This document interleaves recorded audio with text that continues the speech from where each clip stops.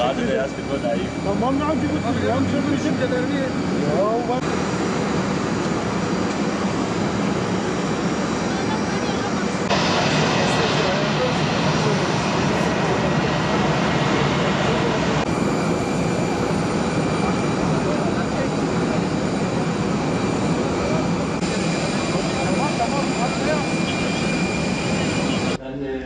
Cumartesi bakın hep aktarmalı 7 saat. Ben diyorum ya sana abi. Bak Batman İzmir, o da yer varsa. Cuma günü. Evet abi. Söylüyorum AVM yer yok. Saat 12'de uçuş var. Yer yok. Uçaklarda yer yok. Cumartesi? Uçuş olmaz cumartesi, aktarmalı olur. Anladım.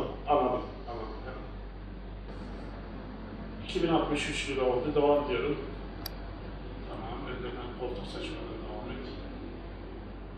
Bekliyorum. Maalesef yaz aylarında her zaman başımıza gelen şeydir. Yurt dışı seferleri çoğaldıkça yurt içi seferleri kısıtlanmaktadır. Özellikle Batman bu konuda çok mağdur olmaktadır. Şu anda Batman yeterli uçuşlar olmamaktadır. Fiyatlar çok yüksektir. Talep çoktur, arz azdır. Müşterilerimizi komşu illerden göndermeye çalışıyoruz İstanbul'a, Ankara'ya veya İzmir'e. Yaz sezonunda her gün Batman'dan en az bir uçuşun İzmir'e direkt sefer olması gerekirken haftada 2 seferdir. Ve maalesef Batman'dan millet İzmir'e gitmek için Diyarbakır'da havaalanı kullanma mecburiyetinde kalıyor. Batman'dan Ankara'ya, İstanbul'a gitmek isteyen birisi en az 5 gün öncesinden bilet temin etmesi gerekiyor. Yer yok. En düşük şu anda son 2 ayda 520 TL'nin altında uçak bileti bulunmamaktadır. Aktarmaya gittiği zaman bu fiyat 900-1100 TL'ye kadar çıkabiliyor efendim. Kıbrıs'a herhangi bir eğitim için, sağlık için veya turistik amaçlı gitmek isteyen Batman, İstanbul aktarmalı en az 2000 TL bilet ancak bulabiliyor. Çözüm olarak sefer sayılarının talebin karşılanmasıyla olur, ek seferlerin düzenlenmesidir.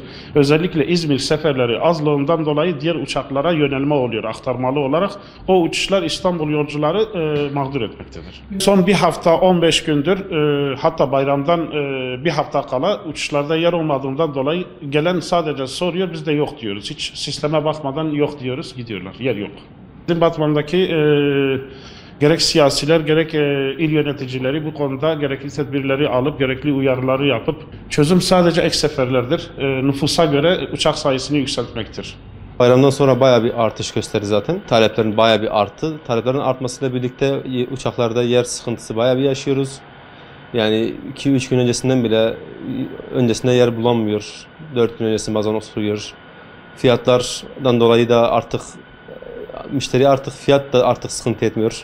Ona bakarsak. Yani yeter ki yer bulsunlar. Ona rağmen bile yer bulamıyoruz. Yurt içi özel uçuşlar, özel firmaların daha çok yurt dışına açılması, iç hatları dış hatlara taşıdılar daha çok kazanmakları için. Bu da bizim Batman'daki seferlerimizin azalmasına, İzmir seferlerimizin düşmesine, Antalya seferimizin açılmamasına, Ankara uçuşlarımızın azalmasına sebep oluyor. Bu da bizim tabii ki halkımızı, bizi ve her şeyi etkiliyor. Yurt içinde şu an en yüksek 550'ye çıkabiliyor. Direkt uçuşlarda. Aktarma uçuşlarda bir sınır yok. Çünkü 1500, 1200 yükselebiliyor onlar. Aktarma uçuşlarının bir sınırlaması yok çünkü. Talepleri karşılayabilmemiz için bizim yetkililerden beklediğimiz Ankara seferlerimiz, özellikle Ankara seferlerimizin artık günde 2 tane olması gerekirken şu an 2 günde 1 tane var.